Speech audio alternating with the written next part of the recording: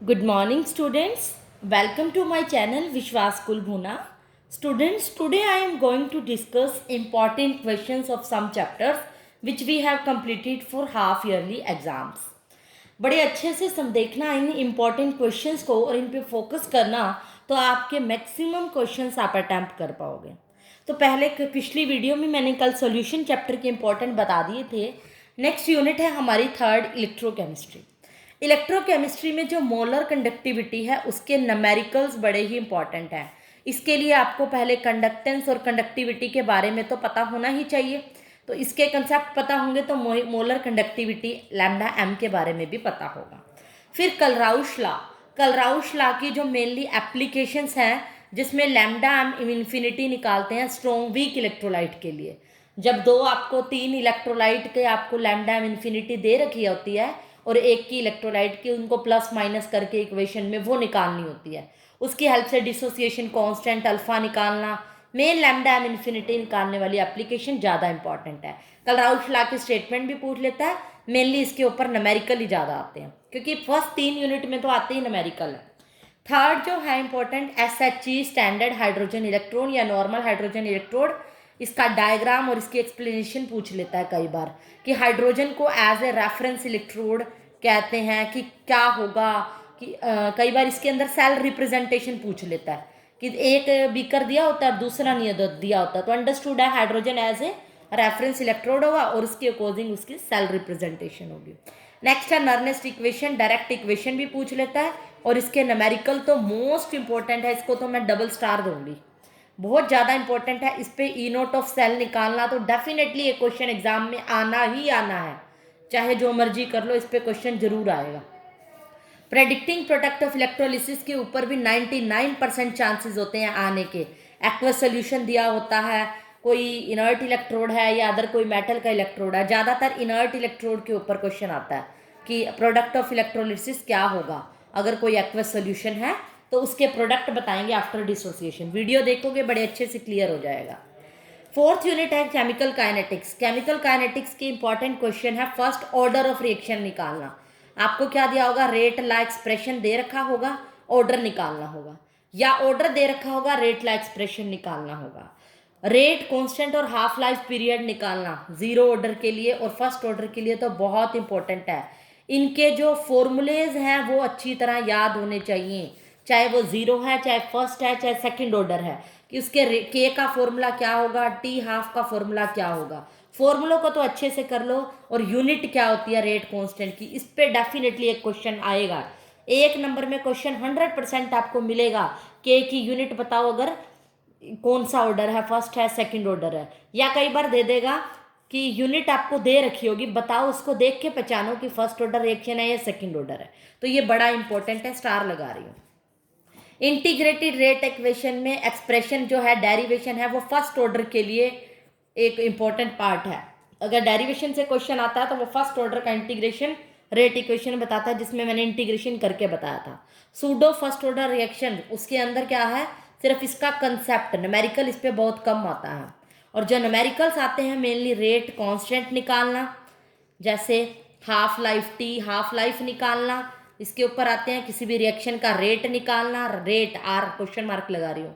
और ज़्यादातर ऐसे आते हैं कि मान लो किसी रिएक्शन का टी हाफ लाइफ आपको गिवन होगा और आपको क्या निकालना है, टी 3/4 निकालना है, या कुछ दे रखा होगा इतने परसेंट, 90% रिएक्शन डिकम्पोज हो गई है और आपको 40% का निकालना है। इस तरह से परसेंटेज वाले जो मैंने न्यूमेरिकल आपको वीडियो में कराए हैं। एंड इस चैप्टर के एंड में अगर आपके पास प्रदीप से या दिनेश की बुक है तो इस चैप्टर के एंड में आपको कुछ न्यूमेरिकल्स भी दिए होते हैं हाफ लाइफ से रिलेटेड, रेट कांस्टेंट से, तो उनको तो बड़े अच्छे से कर लेना। कई बार जैसे आता है टी 99% और टी हाफ लाइफ की रेशियो निकालनी है 10 टाइम्स होती है, कि रेशियो 10 होती है, इन दोनों की रेशियो प्रूव करो। इस तरह के न्यूमेरिकल जो मैंने आपको वीडियो में कराए हैं ये तो मोस्ट इंपॉर्टेंट है, इस पे भी एक न्यूमेरिकल डेफिनेटली एग्जाम में आपको मिले ही मिलेगा। नेक्स्ट जो यूनिट है फिफ्थ यूनिट, सरफेस केमिस्ट्री। इसमें तो बहुत ज़्यादा इंपॉर्टेंट क्वेश्चंस बनते हैं। फर्स्ट क्वेश्चन जो एड्जॉर्प्शन के फैक्टर के ऊपर बनता है, और इसमें भी इंपॉर्टेंट जो है टेम्परेचर और प्रेशर का फैक्टर ज़्यादा इंपॉर्टेंट है। कई बार डायरेक्ट पूछ लेता है effect of temperature and pressure बताओ on the adsorption of gases on solid. तो इस पे भी क्वेश्चन 1 या 2 नंबर का आ जाता है। फ्रेनलिच एड्जॉर्प्शन आइसोथर्म के ऊपर ग्राफ आ जाता है, इसकी इक्वेशन आ जाती है, और कई बार इसके ऊपर न्यूमेरिकल बहुत कम चांस है, बट इक्वेशन और ग्राफ और इसको पूछ लेता है कि ये होता क्या है, इसकी एक्सप्लेनेशन पूछ लेता है। Preparation of colloidal solution, colloidal solution वाला पार्ट पूरा इंपॉर्टेंट है, उसकी चाहे प्रिपरेशन है या प्योरीफिकेशन है, उसके ऊपर क्वेश्चन कैसे आता है। प्रिपरेशन में जो मेथड है पेप्टाइजेशन का मोस्ट इंपॉर्टेंट है, इस पर स्टार लगा रही हूँ। पेप्टाइजेशन और एक प्योरीफिकेशन में होता है कोएगुलेशन, ये दोनों अपोजिट है मैंने बताया, और इन दोनों में से एक डेफिनेटली आता है। कोएगुलेशन में पूछ लेता है हार्डेस्ट वेज रूल के ऊपर क्वेश्चन कि किसकी कोएगुलेटिंग पावर ज़्यादा होगी, कि आपको कोई भी इलेक्ट्रोलाइट दे दिया, मान लो नेगेटिव इलेक्ट्रोलाइट अरेनियस सल्फाइड दे दिया, और कहा कि इसको कोएगुलेट करने के लिए NaCl और आपको Al2SO4 की थ्राइस इलेक्ट्रोलाइट है, कौन सा कोएगुलेट ज़्यादा करेगा। हमें पता है ये नेगेटिवली सोल है, तो पॉजिटिवली चार्ज देखना है।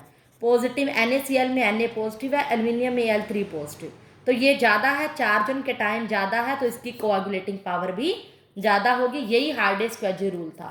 तो या कोएगुलेशन या पेप्टाइजेशन में क्वेश्चन जरूर आता है।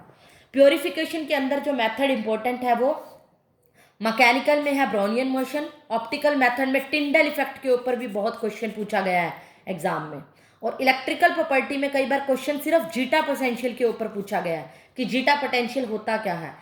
कई बार इजी क्वेश्चन आए तो कैटाफोरेसिस, जिसको इलेक्ट्रोफोरेसिस भी कहते हैं, जिसमें एक यू शेप की ट्यूब लेते हैं और इलेक्ट्रिक फील्ड लगाते हैं और कोलाइडल सोल्यूशन अपोजिट आयन की तरफ मूव करता है, इलेक्ट्रोफोरेसिस जिसको कैटाफोरेसिस।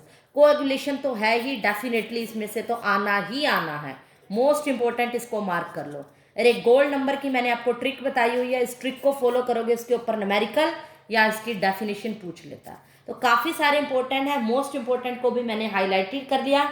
अगर आप इंपॉर्टेंट क्वेश्चंस की वीडियो देखकर फिर आपकी सिलेबस स्टार्ट करोगे, उन कंसेप्ट को भी क्लियर करोगे, तो आप बहुत अच्छे मार्क्स गेन कर पाओगे। तो स्टूडेंट्स, बेस्ट ऑफ लक। आपको मैंने इंपॉर्टेंट क्वेश्चन दे दी हैं, इनको अच्छे से फोकस करो।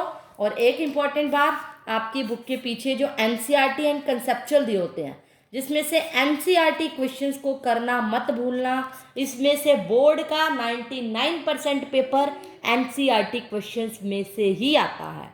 NCERT की बुक ही इम्पोर्टेंट है, लेकिन पीछे NCERT के क्वेश्चंस डेफिनेटली आपको पढ़ने हैं। कंसेप्चुअल की एक रीडिंग ले लेना, लाइटली रीडिंग इनफ है, बट NCERT के तो आपको अच्छे से लर्न करने हैं, 2-3 बार पढ़ो, उसमें से डायरेक्ट आएगा।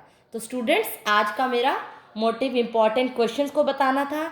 नेक्स्ट जो यूनिट रहे हैं उनके इंपॉर्टेंट क्वेश्चंस नेक्स्ट वीडियो में मैं आपको भेजूंगी। तो दैट्स ऑल, थैंक यू।